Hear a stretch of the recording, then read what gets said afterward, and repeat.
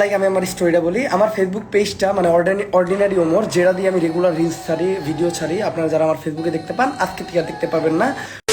শুনো, বেশি কথা বললে আমার একদমই পছন্দ না, ডিরেক্ট পয়েন্টে। ওমর রন ফায়ার বাংলাদেশে এমন মানুষ খুঁজে পাওয়া যাবে নাকি আমি জানি না যে নাকি ওমর রন ফায়ার কে চিনে। তো পয়েন্টটা হচ্ছে যে পয়েন্টটা নিয়ে আজকের এই ভিডিওটা, ওমর রন ফায়ারের একটা ফেসবুক পেজ ছিল। ওমর রন ফায়ারের অরিজিনাল কন্টেন্ট কি? ফানি কন্টেন্ট, যেটার মাধ্যমে আমাদের বিনোদন দেয়, পাবলিকদের হাসি। হ্যাঁ, ওই ফেসবুক পেজে ওমর রন ফায়ার সেম কাজটাই করতো। ইউটিউবে যেমন বড় বড় ফানি ভিডিওগুলো আপলোড করে থাকতো, ফেসবুকে আসলে তার ভিন্ন ছিল। ফেসবুক পেজে আর কি ফানি ফানি রিলস গুলো আপলোড করে থাকতো। যারা জানতা তারা তো জানো, আর যারা জানো না তোমাদের জানার ক্ষেত্রে আমি বলবো। এখন থেকে 18 ঘন্টা আগে ওমর রন ফায়ারের অরিজিনাল ফেসবুক পেজটার ফেসবুকে পাওয়া যাচ্ছিল না। তো বিষয়টা জানার জন্য আমি যখন গাড়াগাড়ি শুরু করি, ফেসবুক নিয়ে রিসার্চ করা শুরু করি, ওমর রন ফায়ারের ফেসবুক পেজটা কই গেল, তখন আমি বুঝতে পারি ওমর রন ফায়ারের ফেসবুক পেজটা টার্মিনেট হয়ে গেছে। আই মিন বাংলা কথা, ফেসবুকটা আনপাবলিশড করে দিছে ফেসবুক। মানে অনেক প্রকারের রিপোর্ট করা হয়েছে, অনেক রিপোর্ট করে ফেসবুকে বোঝানো হয়েছে যে এটা একটা ফেক পেজ, এন্ড ওই পেজটা ফেসবুক রিমুভ করে দিছে ফেসবুক থেকে। এখন কথা হচ্ছে এই কাজটা কে করছে? মানে কিছু আমার শত্রু বললেই চলে, ওরা এটা সাবমিট করছে ফেসবুকের কাছে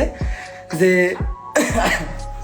ফেসবুক ও অরিজিনাল ক্রিয়েটর না, ও একটা ফেক ক্রিয়েটর, ও আরেকজনের ভিডিও ওর অ্যাকাউন্ট ইউজ করতেছে, তুমি ওর অ্যাকাউন্টটা টার্মিনেট করে দাও। এইটা রিপোর্টটা কারা মারছে আমি শেষে যেয়ে বলতেছি। হ্যাঁ, ওরা রিপোর্ট মাইরা আমার পেজ গেছে, ওরা ভাবছিল যে হয়তো আমি আজকে একেবারে কুইন দেয়া মরে যাবো। আমার লেউটা আগের 7টা পেজ গেছে, তখনই আমি কান্দি নাই। আমার 2 মিলিয়নের একটা চ্যানেল আমি রেখে আসছি, তখন আমি চ্যানেলের জন্য কান্দি নাই, ঠিক আছে? আর এই সামান্য বিষয়ে আমার কান্দতে হবে বাবা, এত সোজা না, ঠিক আছে? বাট ইমোশন জড়ানো পেজটাতে আমি রেগুলার কন্টেন্ট দিতাম। এই প্রথম আমি ফেসবুকে এত অ্যাক্টিভ ছিলাম, ঠিক আছে? আমি পেজটাতে রেগুলার কন্টেন্ট দিতাম, রেগুলারলি আমার একটা এমন একটা অডিয়েন্স ক্রিয়েট হয়ে গেছিলো ফেসবুকে। মানে ফেসবুকে পুরা বলতে গেলে আমরা একটা আলাদা জায়গা তৈরি করে ফেলছিলাম। তো পেজটা এখন নাই, আসবে নাকি জানি না, তো কোনো সমস্যা নেই, ঠিক আছে? 6 লাখ মেম্বার হয়তো হয়ে যেত, ফলোয়ার হয়ে যেত। 6 লাখ হওয়ার আগে পেজটা গেল গা, ফাইন, নাথিং এলস।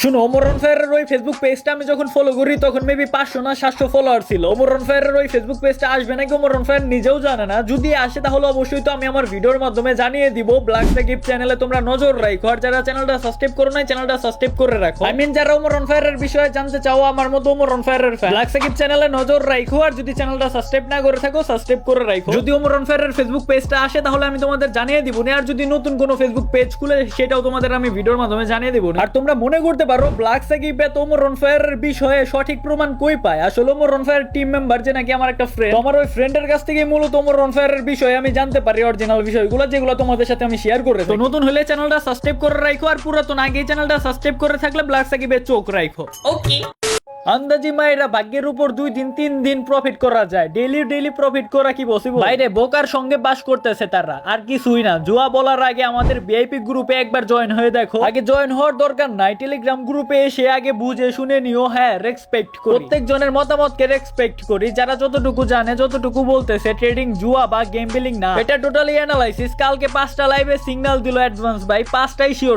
টেলিগ্রামে এসেই দেখো, টেলিগ্রামের গ্রুপের link description box and pin কমেন্টে দেওয়া আছে।